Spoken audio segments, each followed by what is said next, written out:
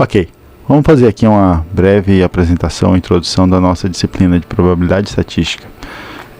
Essa disciplina está sendo ofertada para os cursos de engenharia do IFMT Campus Cuiabá. E a ementa basicamente do projeto são esses conceitos aí, noções de básica de probabilidade, definições de probabilidade, fórmulas de Bayes, medidas de centralidade e dispersão, distribuições discretas contínuas, e assim por diante. É isso aí. Tem algumas coisas aí que a gente vai ver.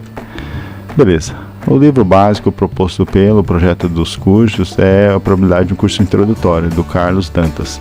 Não é um livro muito fácil de encontrar para comprar, mas está disponível na nossa biblioteca. A avaliação que a gente está propondo é a avaliação como um todo da disciplina, né? Uma prova e com peso 3 e listas de exercícios, que ao todo são 7 listas com peso 1, de forma que a média vai ser mais ou menos isso aí. Bem, a estatística tem a sua importância, principalmente para ela determinar vários conteúdos, por exemplo, de programas, né? Então, assuntos de interesse em ciência e tecnologia, ciência e saúde, informática, computação, agricultura, engenharias, né? Então, se você observar o conteúdo do Globo Rural, por exemplo, né, tem muita coisa do que as plantas ou o que se planta traz benefício para a sua saúde, né? E e assim por diante. Com isso aí você determina a programação do Globo Rural, por exemplo, né? Bem, existem algumas coisinhas que podem ser utilizadas como estatística, né? Ou pela estatística, né? Há 3 espécies de mentiras: as mentiras abomináveis e as mentiras estatísticas. A gente vai ver alguma coisinha sobre isso, né? Mas olha a importância da estatística, né?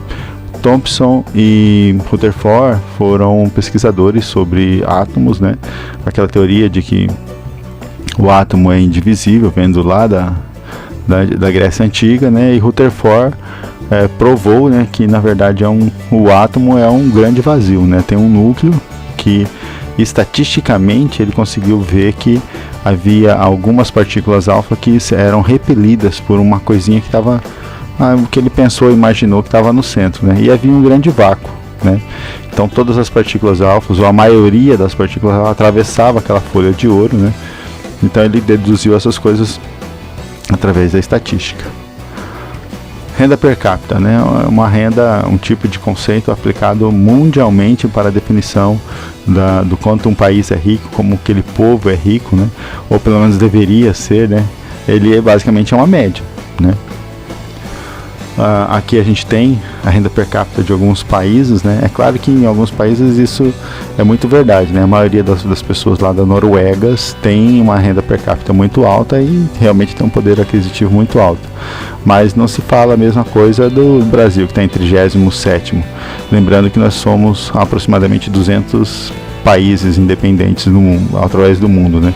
Então o Brasil estaria na ponta de cima, do lado de cima da tabela, né? Mas a gente sabe que no Brasil há muitos pobres e a renda per capita não é traduzida para todos, né?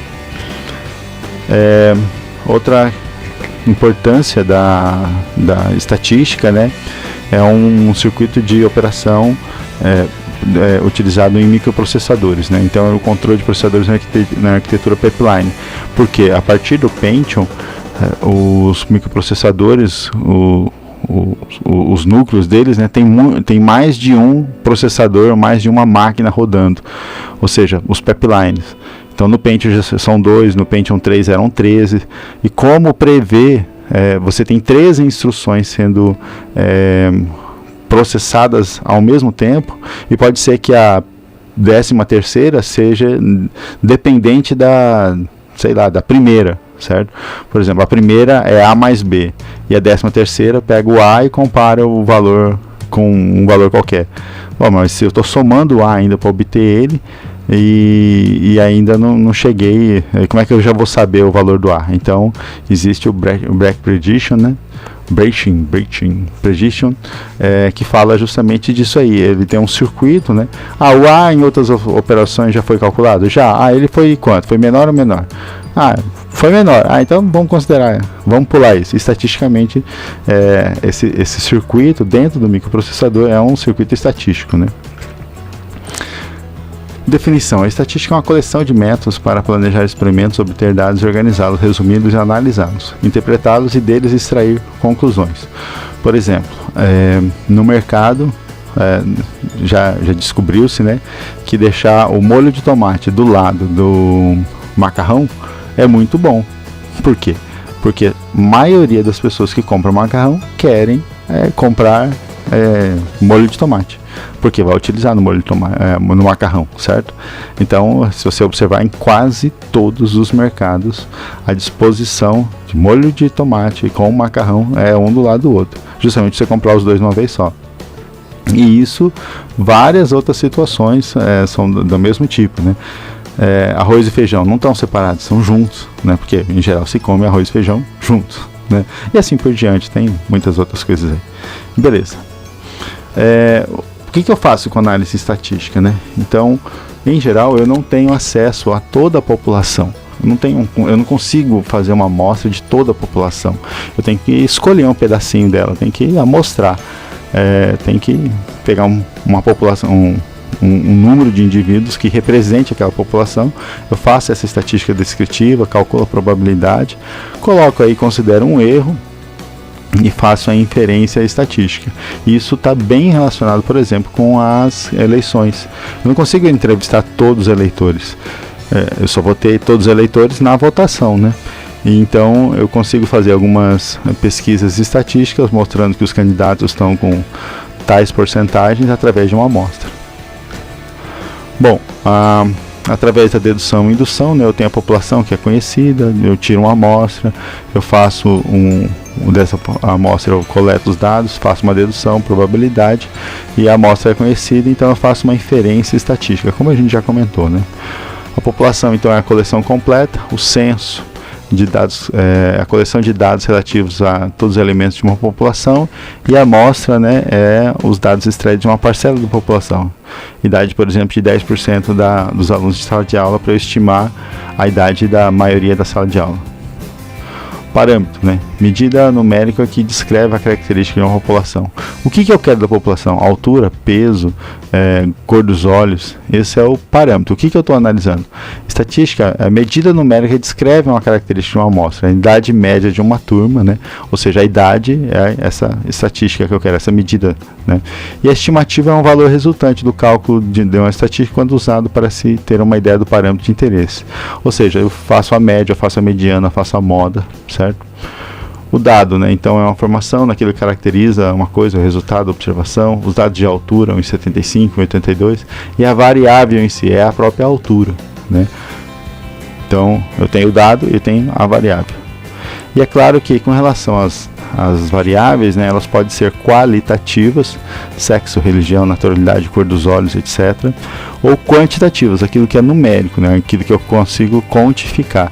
E dentro dessas quantidades eu posso ter uma quantidade contínua ou posso ter uma discreta. Em geral, discreta é aquilo que é só uma pessoa, ou só de um em um, né, pessoa a pessoa, produtos bons ou estragados, é só de um em um. Eu não tenho um produto meio estragado, né? Eu não tenho meio produto estragado, só tenho um em um, né?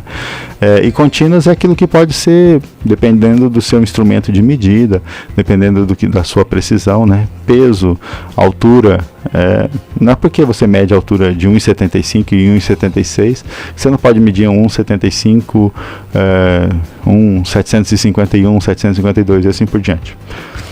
Beleza. Aqui eu sempre erro, né? Mas uma marca de cigarro possui 16,13 miligramas de alcatrão. Isso aqui é uma medida contínua, né?